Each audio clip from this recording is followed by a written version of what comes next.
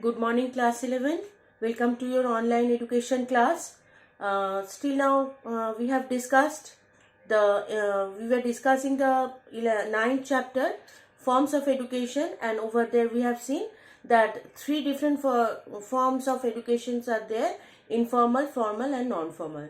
And we have already started with the informal system of education, form of education, and over there we have seen that family is considered as the most important institution of informal education.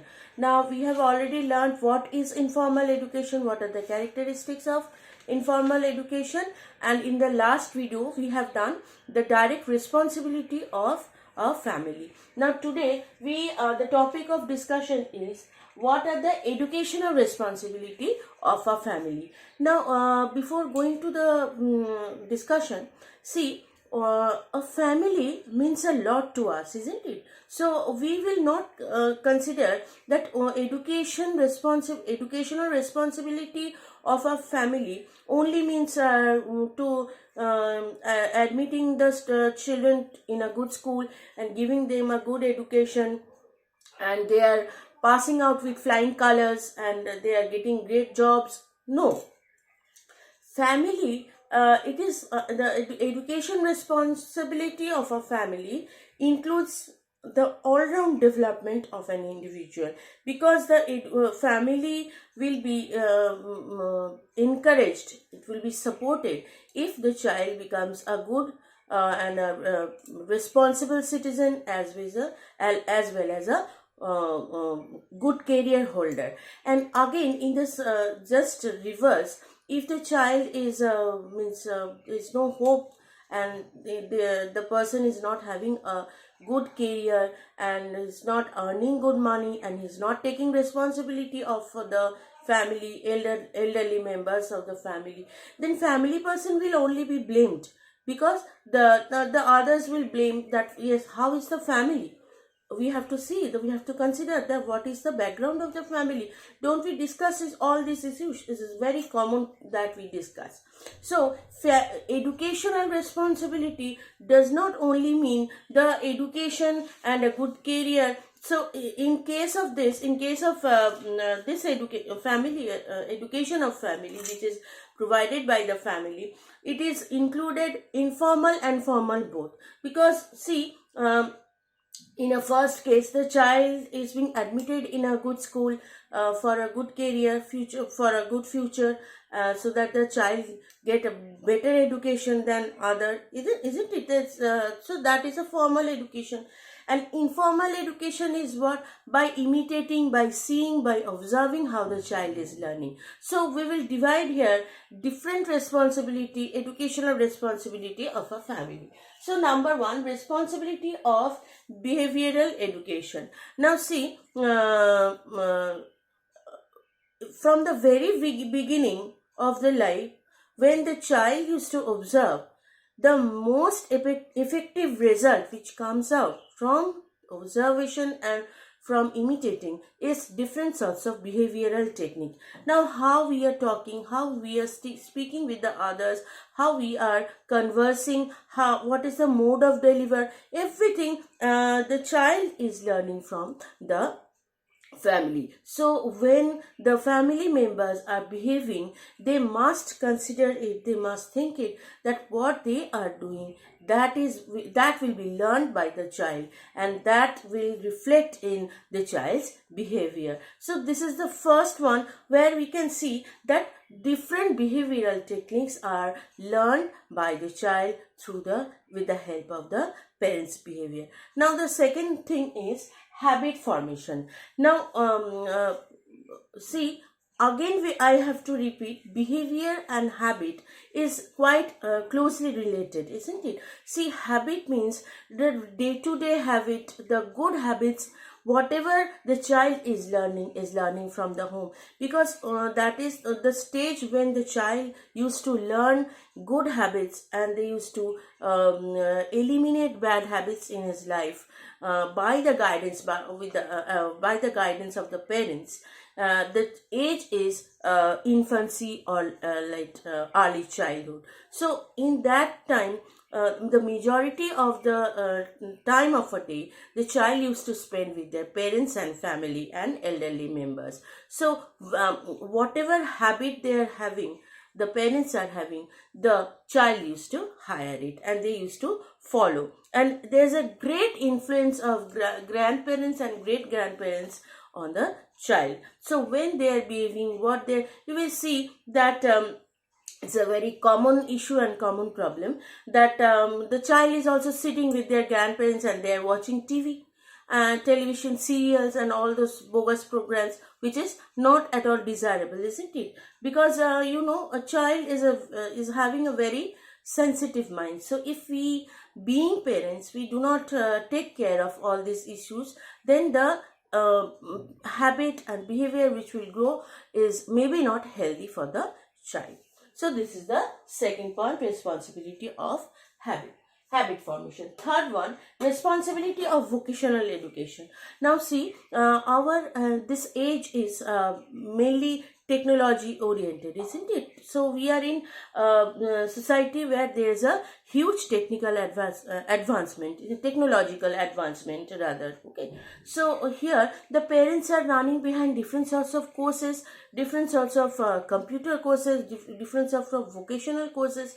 Now see, but unfortunately some parents are there, those who cannot take the responsibility of admitting their child to a vocation which is maybe very costly. So in that case, how the parents are helping the child, the profession or the vocation which is received by his parents, they are transmitting it to the next generation or the upcoming generation. So when the child is seeing that yes, my father is like that or my mother is in this profession,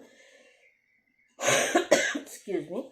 So when the child is seeing that yes, this is the profession of my father or my mother is in this profession, maybe the child is influenced and they are hiring or they are taking the same profession taken by their parents. So that is also indirectly they are helping their child in their vocational choosing or vocational education. Next point, responsibility of emotional development. So emotion means what? It's love, fear, anger, rage. Many points are there, isn't it? So that development occurs along with the development of habit formation and the responsibility of behavioral education. So when behavior and habit is forming simultaneously, they are developing their own emotional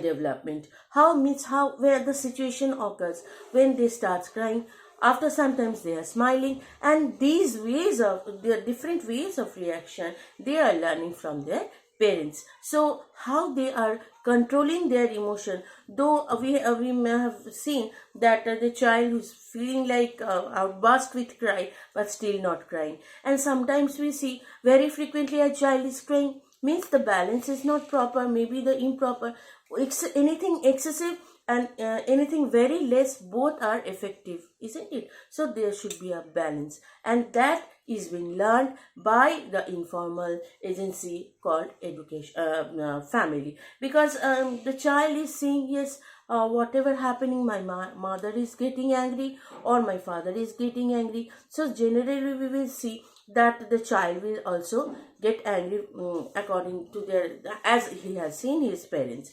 Now sometimes we see that the child, it can be connected with the behavior as well. Sometimes you see that a child is beating his friend in the school. So complaints, generally we have to forward that yes, your child is beating everyone.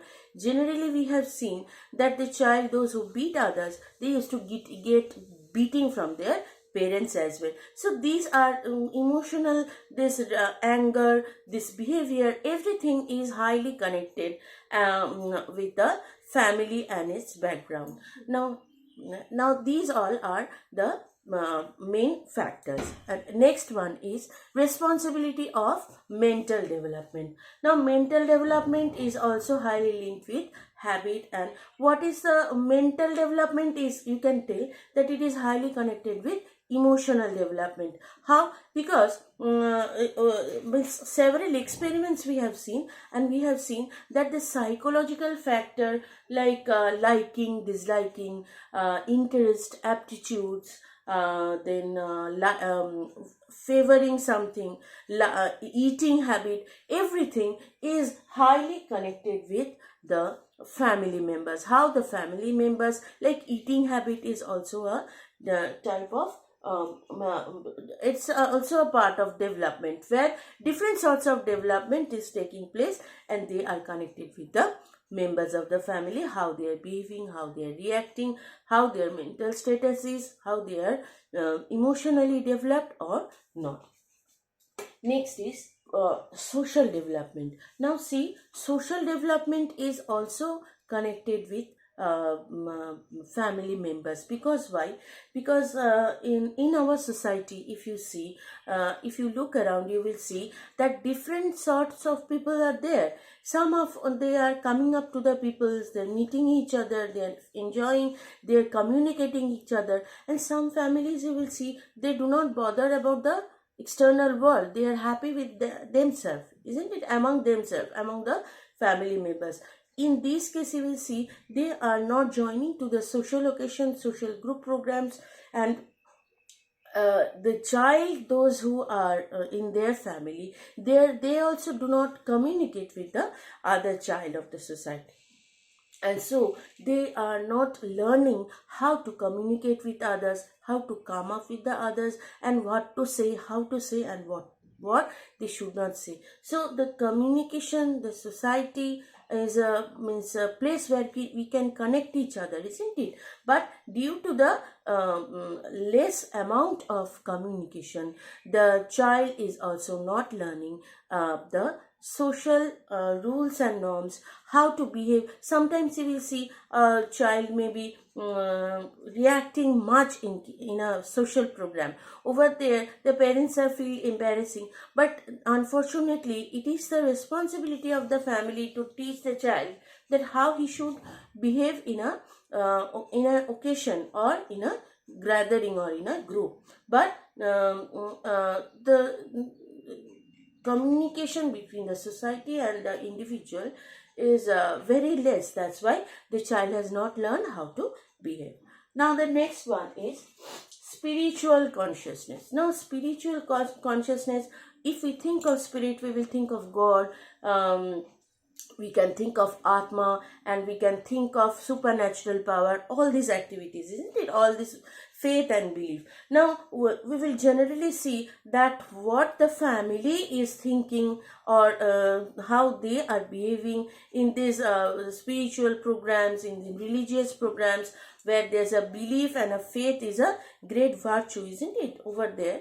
But in case of the family, those who do not believe in all this family, you will see the child is also not learning all these things. Either it is good or bad, it is a controversial topic, because we cannot say that whether we should believe. It is individualistic, the thought and thinking is individualistic, because we cannot say that yes, you have to believe on God, and we cannot say that you should not believe on God. It is individualistic. But generally, this spiritual consciousness, this spiritual development comes up from the background of the family, how the parents are thinking, what the others are thinking, how they are influencing your life, like that. So these are all about the educational responsibility. Now if we consider all these factors, we will see, we can say that how these are becoming educational responsibility. As I have told you in earlier, that educational responsibility does not only mean admitting a child in a good school and getting out with a colorful result, okay, and a bright future. No, educational responsibility of a family is if someone will behave in a good manner, what we will see, what a good education is given by his parents or her parents, isn't it? So education is not only about the certificates and character certificates and results and all. So it is a all-round development of and responsibility of a family, so to help the child to grow and develop. So this is all for today. In the next stage we will start discussing the limitations of a family, and that will be the last topic of family. We will proceed with the same chapter. It's a quite long chapter, as I have told you, and we will start with formal system of education on other. Thank you.